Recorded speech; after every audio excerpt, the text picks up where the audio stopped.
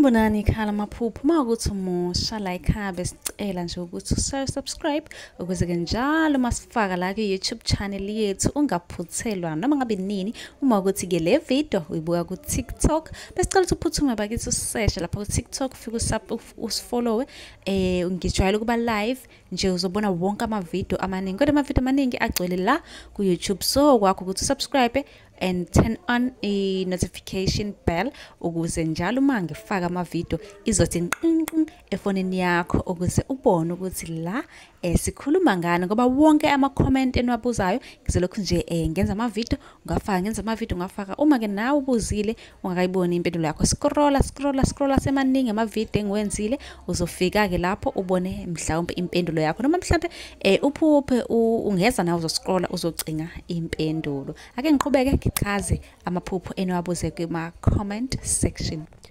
Namuhla sizokhuluma ngezimpawu zokuba isithunywa.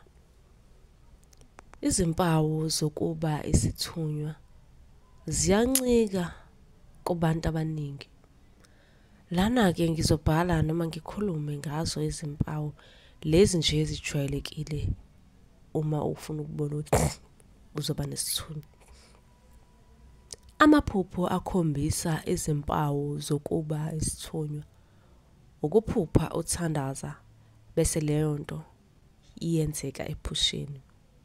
Njenge manga umzekelo nje ukuphupha uboshiwe ngamaketangu uthandaze aqaqeke, ukuphupha izinkanyezi, ukuphupha ucula uthandaza, ukuthandazela abantu, ukubusisa izinto.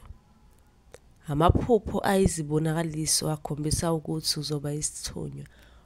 Uba uphupha into ke nangempela ivele yenzeke leyo nto kade uyiphupha.